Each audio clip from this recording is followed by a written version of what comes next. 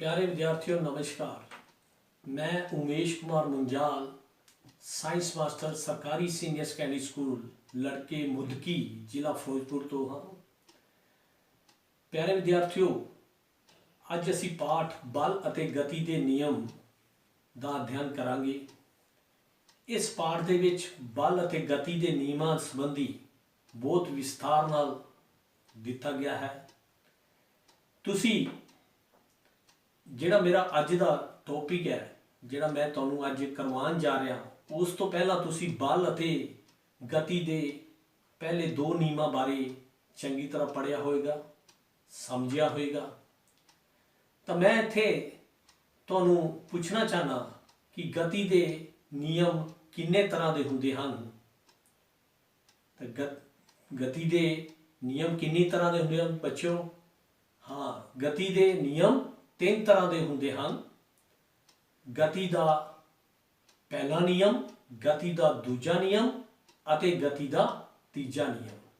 ਇਹਨਾਂ ਤਿੰਨ ਗਤੀ ਨਿਯਮਾਂ ਨੂੰ ਕਿਸ ਵਿਗਿਆਨੀ ਨੇ ਦਿੱਤਾ? ਇਹਨਾਂ ਤਿੰਨ ਨਿਯਮਾਂ ਨੂੰ ਨਿਊਟਨ ਨਾਮ ਦੇ ਵਿਗਿਆਨੀ ਨੇ ਬਣਾਇਆ। ਤਾਂ ਨਿਊਟਨ ਨੇ ਜਿਹੜੇ ਤਿੰਨ ਗਤੀ ਦੇ ਨਿਯਮ ਦਿੱਤੇ ਤਾਂ ਕਿਹੜੇ ਹੋ ਗਏ? ਨਿਊਟਨ ਦਾ ਗਤੀ ਦਾ ਪਹਿਲਾ ਨਿਯਮ, ਨਿਊਟਨ ਦੇ ਗਤੀ ਦਾ ਦੂਜਾ ਨਿਯਮ, ਨਿਊਟਨ ਦਾ ਗਤੀ ਦਾ ਤੀਜਾ ਨਿਯਮ। ਗਤੀ ਦੇ ਪਹਿਲੇ ਦੋ ਨਿਯਮਾਂ ਤੋਂ ਸਾਨੂੰ ਪਤਾ ਲੱਗਦਾ ਹੈ ਕਿ ਲਗਾਇਆ ਗਿਆ ਬਲ ਗਤੀ ਦੀ ਅਵਸਥਾ ਨੂੰ ਬਦਲਦਾ ਹੈ ਅਤੇ ਨਾਲ ਹੀ ਸਾਨੂੰ ਇਸ ਤੋਂ ਬਲ ਦਾ ਮਾਪਨ ਕਰਨ ਦਾ ਤਰੀਕਾ ਵੀ ਪਤਾ ਚੱਲਦਾ ਹੈ। ਹੁਣ ਆਪਾਂ ਜਿਹੜਾ ਅੱਜ ਸਬ ਟੌਪਿਕ ਕਰਨ ਜਾ ਰਹੇ ਹਾਂ ਉਹ ਹੈ ਨਿਊਟਨ ਦੀ ਗਤੀ ਦੇ ਤੀਜਾ ਨਿਯਮ। ਆਪਾਂ ਇਸ ਨਿਊਟਨ ਦੇ ਗਤੀ ਦੇ ਤੀਜੇ ਨਿਯਮ ਦਾ ਅਧਿਐਨ ਕਰਾਂਗੇ। ਇੱਥੇ ਵੱਖ-ਵੱਖ ਤਰ੍ਹਾਂ ਦੀ ਉਦਾਹਰਨਾਂ ਦੇ ਕੇ ਇਸ ਨੂੰ ਸਮਝਾਂਗੇ।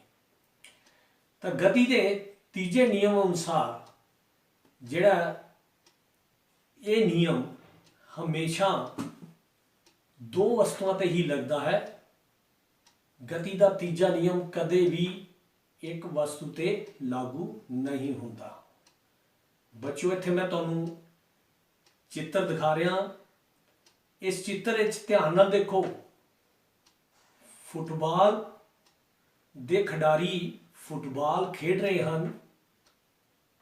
ਪਹਿਲੇ ਚਿੱਤਰ ਵਿੱਚ ਜਿਹੜੇ ਫੁੱਟਬਾਲ ਦੇ ਦੋ ਖਿਡਾਰੀ ਇੱਕ ਦੂਜੇ ਉੱਤੇ ਬਲ ਲਗਾ ਰਹੇ ਹਨ ਔਰ ਬਾਲ ਨੂੰ ਕਿੱਕ ਮਾਰਨ ਦੀ ਕੋਸ਼ਿਸ਼ ਕਰ ਰਹੇ ਹਨ। ਦੂਜੇ ਚਿੱਤਰ ਵਿੱਚ ਦੋਨੋਂ ਖਿਡਾਰੀ ਗਰਾਊਂਡ ਤੇ ਡਿੱਗੇ ਹੋਏ ਹਨ, ਸੱਟਾਂ ਲੱਗੀਆਂ ਹੋਈਆਂ ਹਨ। ਤਾਂ ਇੱਥੋਂ ਇਹਨਾਂ ਚਿੱਤਰਾਂ ਤੋਂ ਦੇਖ ਕੇ ਇਹ ਪਤਾ ਲੱਗਦਾ ਹੈ ਕਿ ਜਦੋਂ ਇੱਕ ਫੁੱਟਬਾਲ ਦਾ ਖਿਡਾਰੀ ਫੁੱਟਬਾਲ ਨੂੰ ਕਿੱਕ ਮਾਰਨ ਵਾਸਤੇ ਵਿਰੋਧੀ ਧਿਰ ਦੇ ਖਿਡਾਰੀ ਨਾਲ ਟਕਰਾਉਂਦਾ ਹੈ ਤਾਂ ਉਹ ਇੱਕ ਦੂਜੇ ਤੇ ਬਲ ਲਗਾਉਂਦੇ ਹਨ, ਦੋਨਾਂ ਨੂੰ ਸੱਟ ਲੱਗਦੀ ਹੈ। ਤਾਂ ਇੱਥੋਂ ਇਹ ਗੱਲ ਸਪਸ਼ਟ ਹੋ ਗਈ ਕਿ ਜਿਹੜਾ ਬਲ ਹੈ ਉਹ ਇੱਕ ਜੁਗਲ ਜੋੜਾ ਹੈ, ਉਹ ਇਕੱਲੀ ਕਿਸੇ ਵਸਤੂ ਤੇ ਨਹੀਂ ਲੱਗਦਾ। ਤਾਂ ਬੱਚੋ, ਮੈਂ ਤੁਹਾਨੂੰ ਹੁਣੇ ਫੁੱਟਬਾਲ ਦੇ ਖਿਡਾਰੀ ਦੇ ਸੰਬੰਧ ਵਿੱਚ ਦੱਸਿਆ। ਆਓ ਹੁਣ ਆਪਾਂ ਇੱਕ ਕਮਾਨੀਦਾਰ ਤੁਲਾ ਲਈਏ ਔਰ ਉਸ ਦੇ ਉੱਪਰ ਅਸੀਂ ਗਤੀ ਦੇ ਤੀਜੇ ਨਿਯਮ ਬਾਰੇ ਅਧਿਐਨ ਕਰੀਏ। ਤਾਂ ਬੱਚਿਓ, ਤੁਸੀਂ ਕਮਾਨੀਦਾਰ ਤੁਲਾ ਦੇਖੀ ਹੈ?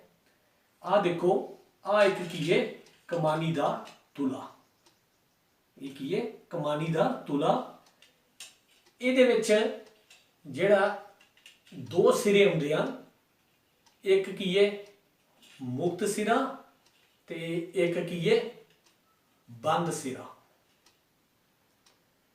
ਔਰ ਆ ਜਿਹੜਾ ਸਿਰਾ ਹੈ ਇਸ ਨੂੰ ਸਥਿਰ ਸਿਰਾ ਵੀ ਕਹਿੰਦੇ ਹਨ। ਆ ਕੀ ਹੈ? ਮੁਕਤ ਸਿਰਾ। ਇਹਦੇ ਉੱਪਰ ਤੁਸੀਂ ਦੇਖੋ, ਜਦੋਂ ਅਸੀਂ ਇਸ ਨੂੰ ਖਿੱਚਦੇ ਹਾਂ ਤਾਂ ਆ ਇੱਕ ਸੂਚਕ ਹੈ ਉੱਪਰ ਨੀਚੇ ਹੁੰਦਾ, ਇਹਦੇ ਤੋਂ ਸਾਨੂੰ ਪਤਾ ਲੱਗਦਾ ਹੈ ਕਿ ਕਿੰਨਾ ਅਸੀਂ ਇਸ ਨੂੰ ਬਲ ਲਗਾਇਆ ਹੈ। ਤਾਂ ਬੱਚਿਓ ਇਹੋ ਜਿਹੇ ਦੋ ਕਮਾਨੀ ਤੁਲਾ ਅਸੀਂ ਲੈ ਲੈਨੇ ਆ। ਇਸ ਦਾ ਜਿਹੜਾ ਸਥਿਰ ਸਿਰਾ ਹੈ ਉਹ ਅਸੀਂ ਦੀਵਾਰ ਜਿਸ ਪਿੱਲਰ ਨਾਲ ਬੰਨ੍ਹ ਦਿੰਦੇ ਆ। ਠੀਕ ਹੈ, ਉਸ ਤੋਂ ਬਾਅਦ ਇੱਕ ਦੂਜਾ ਸਿਰ ਲੈ ਕੇ ਇਸ ਤਰ੍ਹਾਂ ਦਾ ਕਮਾਨੀ ਤੁਲਾ, ਉਸ ਨੂੰ ਅਸੀਂ ਐਸਾ ਇਸ ਸਾਈਡ ਬੰਨ੍ਹ ਦਿੰਦੇ ਆ। ਤਾਂ ਚਿੱਤਰ ਮੈਂ ਤੁਹਾਨੂੰ ਦਿਖਾ ਰਿਹਾ। ਚਿੱਤਰ ਇਹ ਦੇਖੋ, ਦੋ ਕਮਾਨੀਦਾਰ ਤੁਲਾ ਜਿਹੜੇ ਇੱਕ ਦੂਜੇ ਨਾਲ ਇਸ ਤਰ੍ਹਾਂ ਫਿੱਟ ਹੋਏ ਹੋਏ ਆ। ਜਿਹੜਾ ਦੀਵਾਰ ਨਾਲ ਲੱਗਿਆ ਉਹ ਕਮਾਨੀ ਤੁਲਾ ਕੀ ਹੈ, B, ਔਰ ਜਿਹੜੀ ਮੁਕਤ ਸਾਈਡ ਹੈ ਉਹ ਕਿਹੜਾ, ਕਮਾਨੀਦਾਰ ਤੁਲਾ A। ਤੇ ਇੱਥੇ ਤੁਸੀਂ ਦੇਖੋ, ਜਦੋਂ ਕਮਾਨੀ ਤੁਲਾ A B ਤੁਲਾ ਦੇ ਉੱਪਰ ਬਲ ਲਗਾਉਂਦਾ ਹੈ ਤਾਂ ਉਸੇ ਹੀ ਸਮੇਂ ਜਿਹੜੀ B ਤੁਲਾ ਹੈ ਉਹ ਉਨਾ ਹੀ ਬਲ ਤੁਲਾ A ਤੇ ਲਗਾਉਂਦਾ ਹੈ। ਤੇ ਜਿਹੜਾ ਇਹਦੇ ਚ ਸੂਚਕ ਹੈ, ਦੋਨਾਂ ਦੇ ਸੂਚਕ ਬਰਾਬਰ ਹੀ ਮੂਵ ਕਰਦੇ ਹਨ, ਬਰਾਬਰ ਹੀ ਇਹ ਜਿਹੜੀ ਮੂਵ ਕਰਦੇ ਹਨ। ਔਰ ਇੱਥੋਂ ਸਿੱਧ ਹੁੰਦਾ ਹੈ ਕਿ ਜਦੋਂ ਇੱਕ ਤੁਲਾ ਤੋਂ ਦੂਜੀ ਤੁਲਾ ਤੇ ਬਲ ਲਗਾਉਂਦੇ ਹਾਂ ਤਾਂ ਦੋਵਾਂ ਦੇ ਬਲ ਦਾ ਮਾਪ ਇੱਕ ਸਮਾਨ ਬਰਾਬਰ ਹੁੰਦਾ ਹੈ। ਭਾਵ ਤੁਲਾ A ਦੁਆਰਾ B ਤੇ ਲਗਾਇਆ ਗਿਆ ਬਲ ਅਤੇ ਤੁਲਾ B ਦਾ ਤੁਲਾ A ਦੇ ਉੱਤੇ ਲਗਾਇਆ ਗਿਆ ਬਲ ਹਮੇਸ਼ਾ ਸਮਾਨ ਤੇ ਬਰਾਬਰ ਹੋਏਗਾ। ਤੁਲਾ A ਦੁਆਰਾ ਤੁਲਾ B ਤੇ ਲਗਾਇਆ ਗਿਆ ਬਲ ਉਹਨੂੰ ਕਿਰਿਆ ਬਲ ਆਖਦੇ ਹਨ, ਤੇ ਤੁਲਾ B ਤੋਂ ਤੁਲਾ A ਤੇ ਲਗਾਇਆ ਗਿਆ ਬਲ ਉਸ ਨੂੰ ਅਸੀਂ ਕੀ ਕਹਿੰਦੇ ਆ, ਪ੍ਰਤੀਕਿਰਿਆ। ਤਾਂ ਤੁਸੀਂ ਬੱਚਿਓ ਚਿੱਤਰ ਵਿੱਚ ਵੀ ਦੇਖ ਲਿਆ, ਇਸ ਤਰ੍ਹਾਂ ਅਸੀਂ ਇਹ ਸਿੱਧ ਕਰ ਸਕਦੇ ਹਾਂ। ਤਾਂ ਇੱਥੋਂ ਇਹ ਪਤਾ ਸਾਨੂੰ ਚੱਲ ਗਿਆ ਕਿ ਜਿਹੜਾ ਇਹ ਕਿਰਿਆ ਬਲ ਅਤੇ ਪ੍ਰਤੀਕਿਰਿਆ ਬਲ ਹਮੇਸ਼ਾ ਸਮਾਨ ਰਹਿੰਦੇ ਹਨ। ਤਾਂ ਦੂਜੇ ਐਗਜ਼ਾਮਪਲ ਤੋਂ ਤੁਹਾਨੂੰ ਪਤਾ ਚੱਲ ਗਿਆ ਕਿ ਜਿਹੜਾ ਗਤੀ ਦਾ ਤੀਜਾ ਨਿਯਮ, ਉਥੋਂ ਸਾਨੂੰ ਇਹ ਪਤਾ ਲੱਗ ਗਿਆ ਕਿ ਹਮੇਸ਼ਾ ਇਹ ਕਿਰਿਆ ਬਲ ਤੇ ਪ੍ਰਤੀਕਿਰਿਆ ਬਲ ਹਮੇਸ਼ਾ ਸਮਾਨ ਹੁੰਦੇ ਹਨ, ਪਰੰਤੂ ਓਪੋਜ਼ਿਟ, ਠੀਕ ਹੈ, ਵਿਪਰੀਤ ਦਿਸ਼ਾ 'ਚ ਲੱਗਦੇ ਹਨ, ਪਰੰਤੂ ਵਿਪਰੀਤ ਦਿਸ਼ਾ 'ਚ ਲੱਗਦੇ ਹਨ। ਹੁਣ ਮੈਂ ਤੁਹਾਨੂੰ ਇੱਕ ਹੋਰ ਐਗਜ਼ਾਮਪਲ ਦੇਣਾ ਚਾਹਨਾ।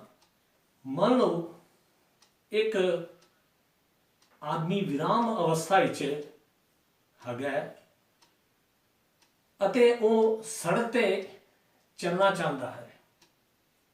ਜਦੋਂ ਸੜਕ ਤੇ ਚੱਲਣਾ ਸ਼ੁਰੂ ਕਰਦਾ ਹੈ ਤਾਂ ਦੂਜੇ ਨਿਯਮ ਦੇ ਅਨੁਸਾਰ ਤੁਹਾਨੂੰ ਬਲ ਦੀ ਜ਼ਰੂਰਤ ਹੈ। ਉਹ ਬਲ ਕਿੱਥੋਂ ਆਉਂਦਾ ਹੈ? ਉਹ ਬਲ ਤੁਹਾਡੇ ਸਰੀਰ ਵਿੱਚ ਕਿੱਥੋਂ ਆਉਂਦਾ ਹੈ? ਤਾਂ ਉਹ ਬਲ ਤੁਹਾਡੇ ਸਰੀਰ ਦੀ ਮਾਸਪੇਸ਼ੀਆਂ, ਜਿਹੜਾ ਮਾਸਪੇਸ਼ੀਆਂ ਕਾਰਨ ਹੁੰਦਾ ਹੈ। ਔਰ ਉਹ ਜਿਹੜਾ ਬਲ, ਮਾਸਪੇਸ਼ੀ ਬਲ ਜਿਹੜਾ ਉਹ ਸਾਡੇ ਸਰੀਰ ਵਿੱਚ ਪ੍ਰਵੇਗ ਪੈਦਾ ਕਰਦਾ ਹੈ। ਕੀ ਕਰਦਾ? ਪ੍ਰਵੇਗ, ਐਕਸਲਰੇਸ਼ਨ ਪੈਦਾ ਕਰਦਾ ਹੈ। ਤਾਂ ਉਸ ਜਿਹੜਾ ਮਾਸਪੇਸ਼ੀਆਂ ਦੁਆਰਾ ਲਗਾਇਆ ਗਿਆ ਬਲ, ਉਸ ਨੂੰ ਅਸੀਂ ਕੀ ਕਹਿੰਦੇ ਹਾਂ? ਮਾਸਪੇਸ਼ੀ ਬਲ। ਉਹਨੂੰ ਕੀ ਕਹਿੰਦੇ ਅਸੀਂ? ਮਾਸਪੇਸ਼ੀ ਬਲ। ਤਾਂ ਤੁਹਾਨੂੰ ਮੈਂ ਇੱਕ ਚਿੱਤਰ ਦਿਖਾ ਰਿਹਾ ਇੱਥੇ ਵੀ, ਉਹਦੇ ਦੇਖੋ ਇੱਕ ਆਦਮੀ ਸੜਕ ਤੇ ਚੱਲ ਰਿਹਾ ਹੈ, ਚੱਲਣ ਦੀ ਪੋਜੀਸ਼ਨ ਵਿੱਚ ਹੈ। ਉਹਦਾ ਜਿਹੜਾ ਪਿਛਲਾ ਪੈਰ ਹੈ ਉਹ ਸੜਕ ਨੂੰ ਪਿੱਛੇ ਵੱਲ ਧੱਕਦਾ ਹੈ। ਤਾਂ ਕੀ ਹੈ? ਉਹ ਕਿਰਿਆ ਬਲ ਹੈ। ਤੇ ਉਹਦਾ ਦੂਜਾ ਪੈਰ ਅੱਗੇ ਵੱਲ ਨੂੰ ਵੱਧਦਾ ਹੈ। ਉਹ ਕੀ ਦਿਖਾ ਰਿਹਾ? ਪ੍ਰਤੀਕਿਰਿਆ ਬਲ। ਤਾਂ ਇਸ ਤਰ੍ਹਾਂ ਜਿਹੜਾ ਲਗਾਤਾਰ ਕੀ ਹੈ, ਸਾਡੇ ਜਿਹੜੇ ਪੈਰ ਹੈ ਉਹ ਕਿਰਿਆ ਬਲ ਲਗਾਉਂਦੇ ਹਨ ਤਾਂ ਉਹਦੀ ਉਲਟ ਦਿਸ਼ਾ ਵਿੱਚ ਪ੍ਰਤੀਕਿਰਿਆ ਬਲ ਲੱਗਦਾ ਹੈ, ਜਿਸ ਕਾਰਨ ਅਸੀਂ ਸੜਕ ਤੇ ਗਤੀ ਕਰਦੇ ਹਾਂ। ਤਾਂ ਇੱਥੋਂ ਇਹ ਪਤਾ ਚੱਲ ਗਿਆ ਸਾਨੂੰ ਕਿਰਿਆ ਅਤੇ ਪ੍ਰਤੀਕਿਰਿਆ ਹਮੇਸ਼ਾ ਸਮਾਨ ਹੁੰਦੇ ਹਨ, ਪਰੰਤੂ ਪ੍ਰਵੇਗ ਇੱਕ ਸਮਾਨ ਨਹੀਂ ਹੁੰਦੇ। ਪ੍ਰਵੇਗ ਇੱਕ ਸਮਾਨ ਨਹੀਂ ਹੁੰਦੇ। ਇਹ ਪ੍ਰਵੇਗ ਹਮੇਸ਼ਾ ਕਿਹਦੇ ਤੇ ਨਿਰਭਰ ਕਰਦਾ ਹੈ? ਉਹ ਹਰ ਵਸਤੂ ਦੇ ਪੁੰਜ ਤੇ ਨਿਰਭਰ ਕਰਦਾ ਹੈ। ਤਾਂ ਇਹ ਤੁਸੀਂ ਉਹਨੇ ਐਗਜ਼ਾਮਪਲ ਦੇਖੀ। ਹੁਣ ਆਪਾਂ ਅਗਲੀ ਐਗਜ਼ਾਮਪਲ ਦੇ ਬਾਰੇ ਗੱਲ ਕਰੀਏ, ਗੇਂਦ ਬਾਰੇ। ਮੈਂ ਤੁਹਾਨੂੰ ਇੱਕ ਚਿੱਤਰ ਦਿਖਾ ਰਿਹਾ। ਇਹਦੇ 'ਚ ਇੱਕ ਬੱਚਾ ਗੇਂਦ ਨੂੰ ਧਰਤੀ ਦੇ ਉੱਤੇ ਮਾਰ ਰਿਹਾ, ਇਸ ਤਰ੍ਹਾਂ ਖੇਡ ਰਿਹਾ। ਤਾਂ ਇਹਦੇ 'ਚ ਕੀ ਹੈ? ਜਦੋਂ ਗੇਂਦ ਧਰਤੀ ਤੇ ਵੱਜਦੀ ਹੈ ਤਾਂ ਕਿਹੜਾ ਬਲ ਹੁੰਦਾ? ਕਿਰਿਆ ਬਲ। ਕਿਹੜਾ ਲੱਗਦਾ? ਕਿਰਿਆ ਬਲ। ਪਰ ਧਰਤੀ ਤੋਂ ਵੱਜ ਕੇ ਬਾਲ ਉੱਪਰ ਵੱਲ ਉੱਠਦੀ ਹੈ ਤਾਂ ਉਹ ਕੀ ਹੈ? ਪ੍ਰਤੀਕਿਰਿਆ ਬਲ। ਜਿਸ ਤਰ੍ਹਾਂ ਆਹ ਦੇਖੋ, ਠੀਕ ਹੈ, ਆਹ ਜਿਸ ਤਰ੍ਹਾਂ ਆਹ ਜਦੋਂ ਥੱਲੇ ਲੱਗਿਆ ਕਿਰਿਆ ਬਲ, ਉੱਪਰ ਆਇਆ ਪ੍ਰਤੀਕਿਰਿਆ ਬਲ। ਤਾਂ ਇਹ ਕਿਉਂ ਹੁੰਦਾ ਹੈ? ਤਾਂ ਨਿਊਟਨ ਦੇ ਗਤੀ ਦੇ ਦੂਜੇ ਨਿਯਮ ਦੇ ਅਨੁਸਾਰ ਜਿਹੜਾ ਬਲ ਹੈ ਉਹ ਬਰਾਬਰ ਕਿੰਦੇ ਹੁੰਦਾ ਹੈ? ਮਾਸ ਇਨਟੂ ਐਕਸਲਰੇਸ਼ਨ। ਬਲ ਬਰਾਬਰ ਪੁੰਜ ਗੁਣਾ ਪ੍ਰਵੇਗ। ਜਿਹੜਾ ਬਲ ਹੈ ਇੱਥੇ ਕੀ ਹੈ? ਉਹ ਵਸਤੂ ਦੇ ਪੁੰਜ ਦੇ ਸਿੱਧਾ ਅਨੁਪਾਤੀ ਹੁੰਦਾ ਹੈ। ਹੁਣ ਤੁਸੀਂ ਦੇਖੋ, ਜਿਹੜਾ ਗੇਂਦ ਹੈ, ਆਪਾਂ ਜਦੋਂ ਧਰਤੀ ਤੇ ਨਹੀਂ ਮਾਰੀ ਤਾਂ ਧਰਤੀ ਬਾਲ ਵੱਜਣ ਨਾਲ, ਜਦੋਂ ਬਾਲ ਧਰਤੀ ਤੇ ਡਿੱਗਦੀ ਹੈ ਤਾਂ ਧਰਤੀ ਦੱਬੀ ਕਿਉਂ ਨਹੀਂ? ਤਾਂ ਜਿਹੜਾ ਨਿਊਟਨ ਦੀ ਗਤੀ ਦਾ ਦੂਜਾ ਨਿਯਮ ਹੈ, ਜਿੱਥੇ ਇਹ ਦੱਸਿਆ ਗਿਆ ਕਿ ਜਿਹੜਾ ਬਲ ਹੈ ਉਹ ਪੁੰਜ ਦੇ, ਵਸਤੂ ਦੇ ਪੁੰਜ ਦੇ ਸਿੱਧਾ ਅਨੁਪਾਤੀ ਹੁੰਦਾ ਹੈ। ਭਾਵ ਜਿਸ ਵਸਤੂ ਦਾ ਪੁੰਜ ਘੱਟ ਹੋਏਗਾ ਉਹਦਾ ਕਿਰਿਆ ਬਲ ਵੀ ਘੱਟ ਹੋਏਗਾ।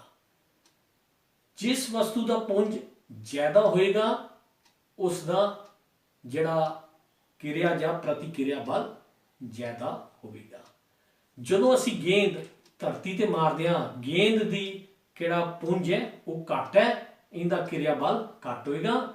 ਔਰ ਜਦੋਂ ਕਿ ਧਰਤੀ ਉਹਦਾ ਪੁੰਜ ਬਹੁਤ ਜ਼ਿਆਦਾ ਹੈ, ਇਸ ਕਰਕੇ ਉਹਦਾ ਪ੍ਰਤੀਕਿਰਿਆ ਬਲ ਬਹੁਤ ਜ਼ਿਆਦਾ ਹੁੰਦਾ, ਜਿਸ ਕਾਰਨ ਕੀ ਹੈ? ਧਰਤੀ ਬਾਲ ਵੱਜਣ ਤੇ ਦਬਦੀ ਨਹੀਂ। ਹੁਣ ਅਸੀਂ ਇੱਕ ਹੋਰ ਐਗਜ਼ਾਮਪਲ ਲੈ ਲੈਂਦੇ ਹਾਂ। ਮੈਂ ਤੁਹਾਨੂੰ ਇੱਕ ਚਿੱਤਰ ਦਿਖਾਉਣ ਜਾ ਰਿਹਾ।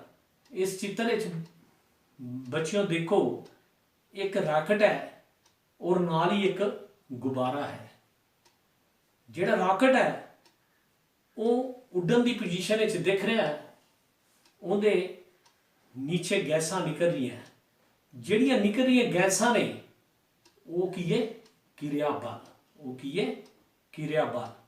ਤੇ ਰਾਕਟ ਜਿਹੜਾ ਉੱਪਰ ਵੱਲ ਨੂੰ ਜਾ ਰਿਹਾ ਹੈ ਉਹ ਕੀ ਹੈ? ਪ੍ਰਤੀਕਿਰਿਆ ਬਲ। ਤਾਂ ਤੁਸੀਂ ਦੇਖਿਆ ਹੋਣਾ ਆਮ ਤੌਰ ਤੇ ਰਾਕਟ, ਜਾਂ ਤੁਸੀਂ ਦੀਵਾਲੀ ਦੇ ਵਿੱਚ ਬੱਚਿਓ ਹਵਾਈਆਂ ਚਲਾਉਂਦੇ ਹੋ, ਰੈਕਟ ਚਲਾਉਂਦੇ ਹੋ, ਜਦੋਂ ਉਹਨੂੰ ਨੀਚੇ ਅੱਗ ਲਗਾਉਂਦੇ ਹੋ ਤਾਂ ਉੱਪਰ ਵੱਲ ਨੂੰ, ਆਕਾਸ਼ ਵੱਲ ਨੂੰ ਜਾਂਦੀ ਹੈ, ਠੀਕ ਹੈ। ਤਾਂ ਇਸ ਤਰ੍ਹਾਂ ਹੀ ਰਾਕਟ ਵੀ ਤੁਸੀਂ ਆਮ ਤੌਰ ਤੇ ਕਈ ਵੀਡੀਓਜ਼ ਵਿੱਚ ਦੇਖਿਆ ਹੋਣਾ ਕਿ ਰਾਕਟ ਉੱਪਰ ਨੂੰ ਜਾਂਦਾ ਹੈ, ਗੈਸਾਂ ਨੀਚੇ ਨੂੰ ਨਿਕਲਦੀਆਂ। ਜਿਹੜੀਆਂ ਨੀਚੇ ਨੂੰ ਗੈਸਾਂ ਨਿਕਲਦੀਆਂ ਉਸ ਗੈਸਾਂ ਦੇ ਕੀ ਹੁੰਦਾ? ਕਿਰਿਆ ਬਲ। ਰਾਕਟ ਉੱਪਰ ਨੂੰ ਜਾਂਦਾ ਤਾਂ ਰਾਕਟ ਉੱਤੇ ਕੀ ਹੈ? ਪ੍ਰਤੀਕਿਰਿਆ ਬਲ। ਤਾਂ ਇਸੇ ਤਰ੍ਹਾਂ ਹੀ ਗੁਬਾਰਾ ਹੈ। ਗੁਬਾਰੇ ਨੂੰ ਜਦੋਂ ਅਸੀਂ, ਆਹ ਦੇਖੋ, ਗੁਬਾਰੇ ਨੂੰ ਅਸੀਂ ਜਦੋਂ ਇੱਦਾਂ ਫੈਲਾ ਲੈਂਦੇ ਹਾਂ, ਇਸ ਤਰ੍ਹਾਂ,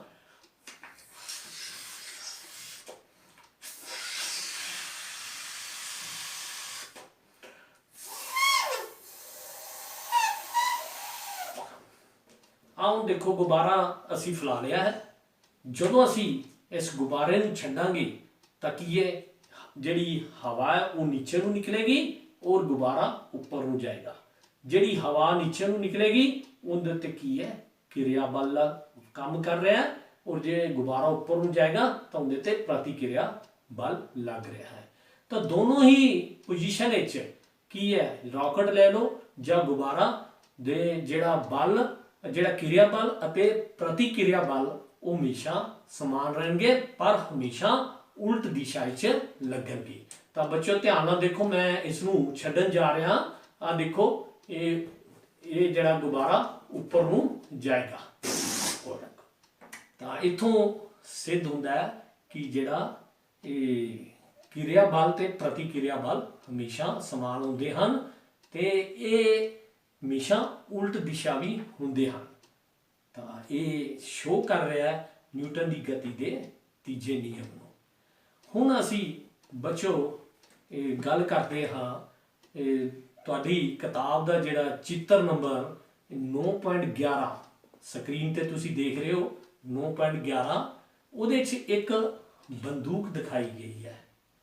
ਬੰਦੂਕ ਵਿੱਚੋਂ ਕੀ ਹੈ, ਗੋਲੀ ਨਿਕਲ ਰਹੀ ਹੈ। ਤਾਂ ਗੋਲੀ ਤੇ ਲੱਗਣ ਵਾਲਾ ਜਿਹੜਾ ਪ੍ਰਵੇਗਿਤ ਬਲ ਹੈ, ਠੀਕ ਹੈ, ਉਹ ਜ਼ਿਆਦਾ ਹੋਏਗਾ। ਕਿਉਂ? ਕਿਉਂਕਿ ਜਿਹੜਾ ਗੋਲੀ ਦਾ ਪੁੰਜ ਕੀ ਹੈ ਉਹ ਘੱਟ ਹੁੰਦਾ ਹੈ। ਤਾਂ ਗੋਲੀ ਜਦੋਂ ਬੰਦੂਕ ਵਿੱਚ ਗੋਲੀ ਚਲਾਈ ਜਾਂਦੀ ਹੈ ਤਾਂ ਗੋਲੀ ਅੱਗੇ ਵੱਲ ਨੂੰ ਜਾਂਦੀ ਹੈ, ਔਰ ਜਦੋਂ ਕਿ ਬੰਦੂਕ ਪਿੱਛੇ ਵੱਲ ਨੂੰ ਆਉਂਦੀ ਹੈ, ਪਿੱਛੇ ਵੱਲ ਨੂੰ ਘੱਟ ਡਿਸਟੈਂਸ ਕਵਰ ਕਰਦੀ ਹੈ, ਪ੍ਰਤੀਕਿਰਿਆ ਬਲ ਘੱਟ ਲੱਗਦਾ। ਤਾਂ ਤੁਸੀਂ ਦੇਖੋ ਵੀ ਜਦੋਂ ਗੋਲੀ ਚਲਾਈ ਜਾਂਦੀ ਹੈ ਤਾਂ ਗੋਲੀ ਦਾ ਪ੍ਰਵੇਗਿਤ ਬਲ ਉਹ ਕੀ ਹੈ, ਜ਼ਿਆਦਾ ਹੋਣ ਕਰਕੇ ਉਹ ਕਾਫੀ ਤੇਜ਼ੀ ਨਾਲ ਨਿਕਲਦੀ, ਅੱਗੇ ਨੂੰ ਨਿਕਲਦੀ ਹੈ। ਕਿਉਂ? ਕਿਉਂਕਿ ਗੋਲੀ ਦਾ ਪੁੰਜ ਘੱਟ ਹੁੰਦਾ ਹੈ, ਜਦੋਂ ਕਿ ਬੰਦੂਕ ਦਾ ਪੁੰਜ ਜ਼ਿਆਦਾ ਹੈ, ਠੀਕ ਹੈ, ਔਰ ਪ੍ਰਤੀਕਿਰਿਆ ਬਲ ਉਹ ਪਿੱਛੇ ਵੱਲ ਨੂੰ ਘੱਟ ਸ਼ੋਅ ਕਰਦੀ ਹੈ। ਕਿਉਂ? ਕਿਉਂਕਿ ਜਿਵੇਂ ਨਿਊਟਨ ਦੀ ਗਤੀ ਦਾ ਦੂਜਾ ਨਿਯਮ ਹੈ, ਉਸ ਦੇ ਅਨੁਸਾਰ ਜੇ ਅਸੀਂ ਗੱਲ ਕਰੀਏ ਤਾਂ ਜਿਹੜਾ ਫੋਰਸ ਬਰਾਬਰ ਮਾਸ ਇਨਟੂ ਐਕਸਲਰੇਸ਼ਨ, ਬਲ ਬਰਾਬਰ ਪੁੰਜ ਗੁਣਾ ਪ੍ਰਵੇਗ। ਜੇ ਅਸੀਂ ਪ੍ਰਵੇਗ ਕੱਢਣਾ ਹੋਵੇ ਤਾਂ ਕੀ ਹੋਏਗਾ, ਪ੍ਰਵੇਗ ਬਰਾਬਰ ਬਲ ਬਟਾ ਪੁੰਜ।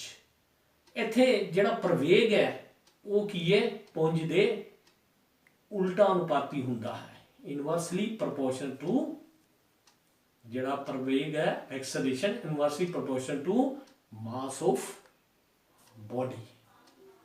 ਤਾਂ ਕਲੀਅਰ ਹੈ ਇਥੋਂ ਇਸ ਚਿੱਤਰ ਵਿੱਚ ਵੀ ਜਿਸ ਤਰ੍ਹਾਂ ਇਹ ਜਿਹੜੀ ਗੋਲੀ ਦਾ ਜਿਹੜਾ ਇਹ ਪੁੰਜ ਹੈ ਉਹ ਘੱਟ ਹੈ, ਪਰ ਉਹਦਾ ਪ੍ਰਵੇਗ ਬਲ ਜ਼ਿਆਦਾ ਹੈ, ਉਹ ਅੱਗੇ ਵੱਲ ਨੂੰ ਜਾਏਗੀ, ਉਹਦਾ ਕਿਰਿਆ ਬਲ ਅੱਗੇ ਵੱਲ ਨੂੰ ਲੱਗੂਗਾ।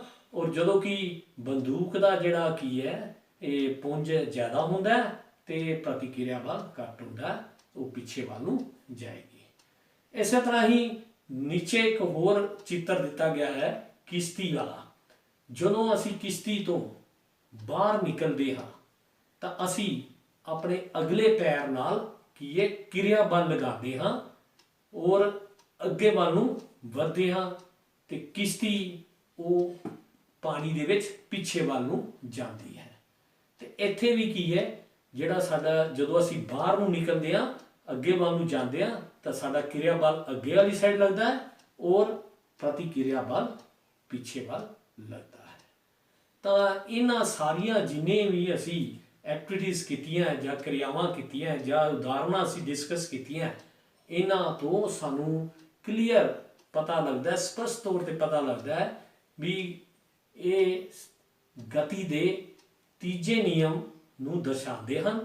ਇੱਥੇ ਕਿਰਿਆ ਬਲ ਅਤੇ ਪ੍ਰਤੀਕਿਰਿਆ ਬਲ ਹਮੇਸ਼ਾ ਸਮਾਨ ਹੁੰਦੇ ਹਨ, ਪਰ ਉਲਟ ਦਿਸ਼ਾਵਾਂ ਵਿੱਚ ਲੱਗਦੇ ਹਨ। ਤਾਂ ਨਿਊਟਨ ਦੀ ਗਤੀ ਦਾ ਤੀਜਾ ਨਿਯਮ ਜਿਹੜਾ, ਇਸ ਬਾਰੇ ਤੁਹਾਨੂੰ ਮੈਂ ਦੱਸਦਾ, ਬੜਾ ਡਿਟੇਲ ਨਾਲ ਦੱਸਦਾ। ਹੁਣ ਬੱਚਿਓ ਆਪਾਂ ਇਸ ਦੇ ਸੰਬੰਧਿਤ ਇੱਕ ਕਿਰਿਆ ਕਰਨ ਜਾ ਰਹੇ ਹਾਂ, ਜਿਹਦੇ ਤੋਂ ਅਸੀਂ ਇਹ ਦਿਖਾ ਸਕਦੇ ਹਾਂ ਕਿ ਜਿਹੜਾ ਨਿਊਟਨ ਦੀ ਗਤੀ ਦੇ ਤੀਜੇ ਨਿਯਮ ਅਨੁਸਾਰ ਜਿਹੜਾ ਕਿਰਿਆ ਬਲ ਹੈ ਉਹ ਪ੍ਰਤੀਕਿਰਿਆ ਬਲ ਦੇ ਬਰਾਬਰ ਹੁੰਦਾ ਹੈ। ਇੱਥੇ ਅਸੀਂ ਇੱਕ ਮੈਂ ਇਹ ਸਮਾਨ ਲਿਆਂਦਾ ਹੈ, ਇਹਦੇ ਵਿੱਚ ਆ ਕੀ ਹੈ, ਲੋਹੇ ਦਾ ਸਟੈਂਡ, ਲੋਹੇ ਦਾ ਸਟੈਂਡ ਹੈ। ਆ ਕੀ ਹੈ, ਇੱਕ ਪਰਖ ਨਲੀ। ਪਰਖ ਨਲੀ ਨੂੰ ਦੋ ਤਾਰਾਂ ਨਾਲ ਬਣਿਆ, ਅਗਲੇ ਸਿਰੇ ਤੋਂ ਉਹ ਛੋਟੀ ਤਾਰ ਨਾਲ ਬਣਿਆ ਉਹ ਪੀਲੇ ਸਿਰੇ ਤੋਂ ਬੜੀ ਤਾਰ। ਔਰ ਇਸ ਪਰਖ ਨਲੀ ਦੀ ਇਸ ਤਰ੍ਹਾਂ ਸਥਿਤੀ ਬਣਾਈ ਗਈ ਹੈ ਵੀ ਅਗਲਾ ਸਿਰਾ ਉੱਪਰ ਵੱਲ ਹੋਏ, ਨੀਚਾ ਸਿਰਾ ਪਿਛਲਾ ਸਿਰਾ ਨੀਚੇ। ਔਰ ਇਹਦੇ ਵਿੱਚ ਅਸੀਂ ਪਾਣੀ ਪਾਵਾਂਗੇ, ਠੀਕ ਹੈ। ਔਰ ਉਸ ਤੋਂ ਬਾਅਦ ਆ ਕਾਰਕ ਨੂੰ ਉੱਪਰ ਇਸ ਤਰ੍ਹਾਂ ਫਿੱਟ ਕਰ ਦੇਣੀ। ਤਾਂ ਆ ਕੀ ਹੈ, ਵਾਟਰ ਬੋਟਲ। ਅਸੀਂ ਇਹਦੇ ਨਾਲ ਪਾਣੀ ਪਾ ਦਿੰਦੇ ਹਾਂ ਇਹਦੇ 'ਚ। ਆ ਦੇਖੋ ਪਾਣੀ ਪਾਤਾ ਆਪਾਂ। ਹੁਣ ਅਸੀਂ ਇਸ ਕਾਰਕ ਨੂੰ ਇਸ ਦੇ ਉੱਪਰ ਲਗਾ ਦੇंगे। ਕਾਰਕ ਨੂੰ ਲਗਾਤਾ। ਹੁਣ ਆ ਸਾਡੇ ਕੋਲ ਕੀ ਹੈ, ਸਿਪਰਟ ਲੈਂਪ। ਇਸ ਨੂੰ ਅਸੀਂ ਇੱਥੇ ਰੱਖ ਕੇ ਜਲਾਵਾਂਗੇ ਔਰ ਇਸ ਪਾਣੀ ਨੂੰ ਗਰਮ ਕਰਾਂਗੇ। ਆ ਦੇਖੋ ਅਸੀਂ ਇਸ ਨੂੰ ਇੱਥੇ ਰੱਖਤਾ। ਹੁਣ ਅਸੀਂ ਇਸ ਨੂੰ ਜਲਾਉਂਦੇ ਹਾਂ।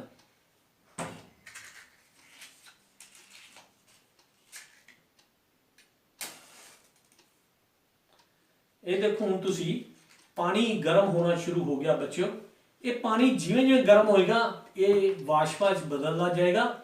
ਜਿਵੇਂ ਵਾਸ਼ਪ ਜ਼ਿਆਦਾ ਹੋ ਜਾਣਗੇ ਤਾਂ ਇਹ ਇੱਕ ਪਾਣੀ ਦੇ ਵਾਸ਼ਪਾਂ ਦਾ ਪ੍ਰੈਸ਼ਰ ਬਣ ਜਾਏਗਾ, ਦਬਾਅ ਬਣ ਜਾਏਗਾ ਔਰ ਇੱਕ ਬਲ ਪੈਦਾ ਕਰਨਗੇ। ਉਹ ਕਿਹੜਾ ਬਲ ਹੋਏਗਾ, ਕਿਰਿਆ ਬਲ, ਜਿਹੜਾ ਇਸ ਕਾਰਕ ਤੇ ਲੱਗੇਗਾ।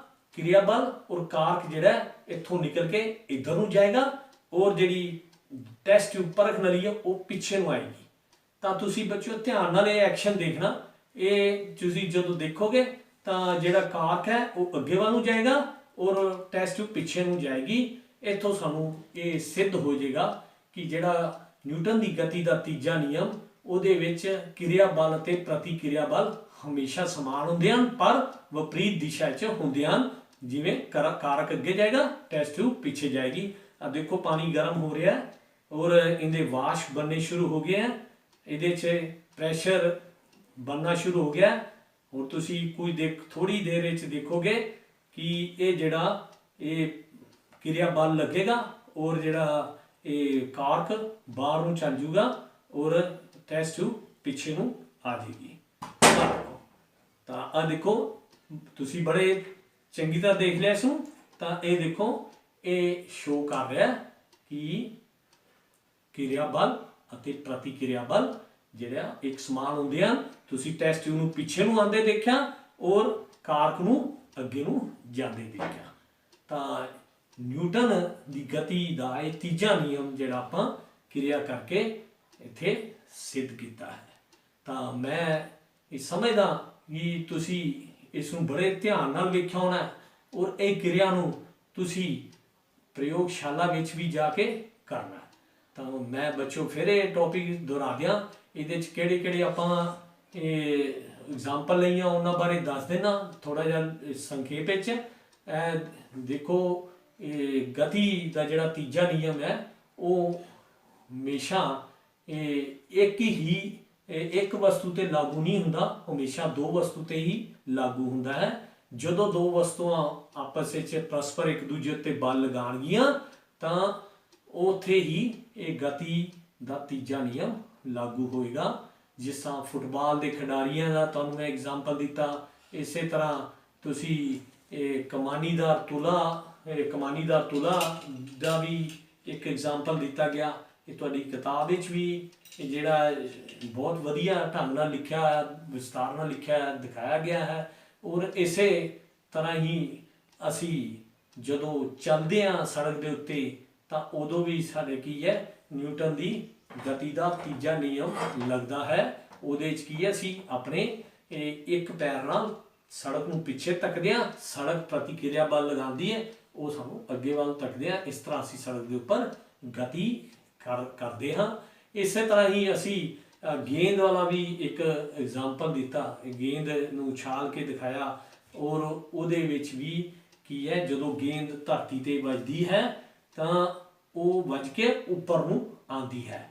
ਧਰਤੀ ਤੇ ਜਦੋਂ ਗੇਂਦ ਵੱਜਦੀ ਹੈ ਤਾਂ ਧਰਤੀ ਦਬਦੀ ਨਹੀਂ, ਬਲਕਿ ਜਿਹੜੀ ਗੇਂਦ ਹੈ ਉੱਪਰ ਵੱਲ ਨੂੰ ਆਉਂਦੀ ਹੈ। ਤਾਂ ਜਦੋਂ ਕਿਰਿਆ ਬਲ ਜਦੋਂ ਬਾਲ ਇਹ ਧਰਤੀ ਤੇ ਟਕਰਾਉਂਦੀ ਹੈ ਤੇ ਕਿਰਿਆ ਬਲ ਲੱਗਦਾ ਹੈ। ਤਾਂ ਜਦੋਂ ਉੱਪਰੋਂ ਆਉਂਦੀ ਹੈ ਤਾਂ ਪ੍ਰਤੀਕਿਰਿਆ ਬਲ ਲੱਗਦਾ ਹੈ।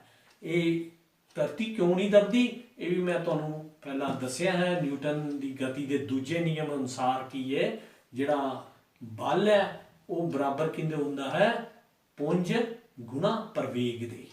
ਤੇ ਜਿਹੜਾ ਬਲ ਹੈ ਉਹ ਪੁੰਜ ਦੇ ਸਿੱਧਾ ਅਨੁਪਾਤੀ ਹੁੰਦਾ ਹੈ। ਭਾਵ ਜੇ ਜਿਸ ਵਸਤੂ ਦਾ ਇਹ ਪੁੰਜ ਜਿਹੜਾ ਘੱਟ ਹੋਏਗਾ ਤਾਂ ਉਹਦਾ ਕਿਰਿਆ ਬਲ ਘੱਟ ਹੋਏਗਾ। ਜਿਸ ਵਸਤੂ ਦਾ ਪੁੰਜ ਜ਼ਿਆਦਾ ਹੋਏਗਾ ਉਹਦਾ ਪ੍ਰਤੀਕਿਰਿਆ ਬਲ ਜ਼ਿਆਦਾ ਹੋਏਗਾ। ਤਾਂ ਧਰਤੀ ਉੱਪਰ ਜਦੋਂ ਗੇਂਦ ਟਕਰਾਉਂਦੀ ਹੈ ਤਾਂ ਜਿਹੜੀ ਬਾਲ ਹੈ, ਬਾਲ ਦਾ ਪੁੰਜ ਘੱਟ ਹੋਣ ਕਰਕੇ ਇਹਦਾ ਕਿਰਿਆ ਬਲ ਘੱਟ ਹੋਏਗਾ, ਔਰ ਧਰਤੀ ਦਾ ਪੁੰਜ ਜ਼ਿਆਦਾ ਹੋਣ ਕਰਕੇ ਇਹਦਾ ਪ੍ਰਤੀਕਿਰਿਆ ਬਲ ਜ਼ਿਆਦਾ ਹੋਏਗਾ। ਇਸ ਲਈ ਜਿਹੜਾ ਬਾਲ ਹੈ ਜਦੋਂ ਧਰਤੀ ਤੇ ਵੱਜਦੀ ਹੈ ਤਾਂ ਉਹ ਦਬਦੀ ਨਹੀਂ ਹੈ। ਤਾਂ ਇਸੇ ਤਰ੍ਹਾਂ ਬੱਚਿਓ ਤੁਹਾਨੂੰ ਮੈਂ ਰਾਕਟ ਦੀ, ਗੁਬਾਰੇ ਦੀ ਇੱਕ ਐਗਜ਼ਾਮਪਲ ਦੱਸ ਕੇ ਦਿੱਤੀ, ਔਰ ਗੁਬਾਰੇ ਦੀ ਐਕਟੀਵਿਟੀ ਕਿਰਿਆ ਵੀ ਕਰਕੇ ਦਿਖਾਈ ਹੈ। ਤਾਂ ਇਹ ਮੈਂ ਮਤਲਬ ਇਹਨਾਂ ਸਾਰੀਆਂ ਜਿੰਨੀਆਂ ਵੀ ਤੁਹਾਨੂੰ ਕਿਰਿਆਵਾਂ ਕਰਾਈਆਂ, ਐਕਟੀਵਿਟੀ ਕਰਾਈਆਂ, ਇਹ ਸਾਰੀਆਂ ਕਿਹੜੀਆਂ ਸੀ, ਨਿਊਟਨ ਦੀ ਗਤੀ ਦੇ ਤੀਜੇ ਨਿਯਮ ਨਾਲ ਸੰਬੰਧਿਤ ਸਨ।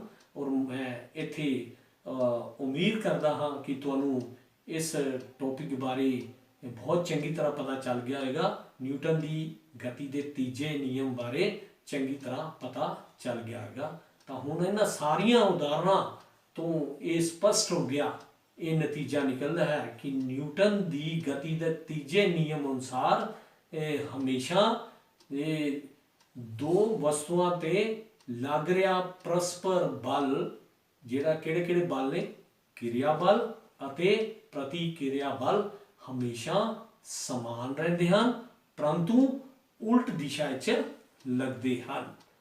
ਤਾਂ ਬੱਚੋ ਨਿਊਟਨ ਦੀ ਗਤੀ ਦੇ ਤੀਜੇ ਨਿਯਮ ਦੇ ਕੁਝ ਹੋਰ ਵੀ ਉਦਾਹਰਨਾਂ ਹਨ। ਜਿਸ ਤਰ੍ਹਾਂ ਤੁਸੀਂ ਪਾਣੀ ਦੇ ਵਿੱਚ ਡੱਡੂ ਨੂੰ ਤੈਰਦੇ ਦੇਖਿਆ ਹੋਣਾ, ਉੱਥੇ ਵੀ ਕੀ ਹੈ, ਉਹ ਆਪਣੀ ਪਿਛਲੀ ਲੱਤਾਂ ਨਾਲ ਪਾਣੀ ਨੂੰ ਪਿੱਛੇ ਤੱਕਦਾ ਹੈ, ਆਪ ਅੱਗੇ ਵੱਲ ਨੂੰ ਵੱਧਦਾ ਹੈ।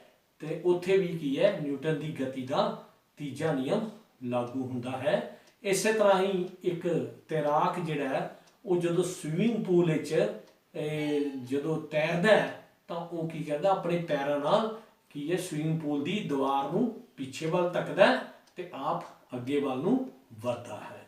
ਤਾਂ ਇੱਥੇ ਵੀ ਕੀ ਹੈ, ਨਿਊਟਨ ਦੀ ਗਤੀ ਦਾ ਤੀਜਾ ਨਿਯਮ ਲਾਗੂ ਹੁੰਦਾ ਹੈ। ਇਸੇ ਤਰ੍ਹਾਂ ਹੀ ਜਿਹੜੇ ਉੱਡਣ ਵਾਲੇ ਪੰਛੀ ਨੇ, ਉਹ ਜੇ ਪੰਛੀ ਨੇ ਉਹ ਕੀ ਕਰਦੇ ਆ, ਆਪਣੇ ਪੰਖਾਂ ਦੇ ਨਾਲ ਕੀ ਕਰਦੇ ਆ, ਉਹ ਕਿਰਿਆ ਬਲ ਧਰਤੀ ਵੱਲ ਲਗਾਉਂਦੇ ਹਨ, ਕਿਰਿਆ ਬਲ ਧਰਤੀ ਵੱਲ ਲਾਉਂਦੇ ਹਨ, ਜਿਹੜੀ ਹਵਾ ਨੂੰ ਨੀਚੇ ਵੱਲ ਆਦੇ ਪੰਖਾਂ ਨਾਲ ਭੇਜਦੇ ਹਨ। ਔਰ ਉਹਦੇ ਜਿਹੜੇ ਓਪੋਜ਼ਿਟ ਸਾਈਡ ਤੇ ਜਿਹੜਾ ਪ੍ਰਤੀਕਿਰਿਆ ਬਲ ਉੱਪਰ ਵੱਲ ਨੂੰ ਲੱਗਦਾ ਹੈ, ਜਿਸ ਦੇ ਕਾਰਨ ਜਿਹੜੇ ਪੰਛੀ ਉਹ ਆਸਾਨੀ ਨਾਲ ਆਕਾਸ਼ ਵਿੱਚ ਉੱਡ ਸਕਦੇ ਹਨ। ਇੱਥੇ ਵੀ ਕੀ ਹੈ, ਨਿਊਟਨ ਦੀ ਗਤੀ ਦਾ ਤੀਜਾ ਨਿਯਮ ਲਾਗੂ ਹੁੰਦਾ ਹੈ। ਤਾਂ ਇੱਦਾਂ ਬਹੁਤ ਸਾਰੀਆਂ ਉਦਾਹਰਨਾਂ ਨੇ ਜਿਨ੍ਹਾਂ ਨੂੰ ਅਸੀਂ ਵੇਖ ਕੇ ਕਹਿ ਸਕਦੇ ਹਾਂ ਕਿ ਇੱਥੇ ਨਿਊਟਨ ਦੀ ਗਤੀ ਦਾ ਤੀਜਾ ਨਿਯਮ ਲਾਗੂ ਹੁੰਦਾ ਹੈ। ਤਾਂ ਬੱਚੋ ਹੁਣ ਤੁਹਾਨੂੰ ਇਹਨਾਂ ਉਦਾਹਰਨਾਂ ਬਾਰੇ ਸਾਰਾ ਪਤਾ ਲੱਗ ਗਿਆ। ਤੁਹਾਨੂੰ ਹੁਣ ਮੈਂ ਇਹੀ ਕਹਾਂਗਾ ਕਿ ਤੁਸੀਂ ਘਰ ਦੇ ਕੰਮ ਲਈ ਇਹਨਾਂ ਉਦਾਹਰਨਾਂ ਦੀ ਲਿਸਟ ਬਣਾਓ ਤੇ ਉੱਥੇ ਨਿਊਟਨ ਦੀ ਗਤੀ ਦਾ ਤੀਜਾ ਨਿਯਮ ਲਾਗੂ ਹੋਣ ਦੇ ਕਾਰਨ ਲਿਖੋ, ਕਿਵੇਂ ਲਾਗੂ ਹੁੰਦੇ ਹਨ ਔਰ ਕਿਸ ਤਰ੍ਹਾਂ ਹੁੰਦੇ ਹਨ। ਨਮਸਕਾਰ।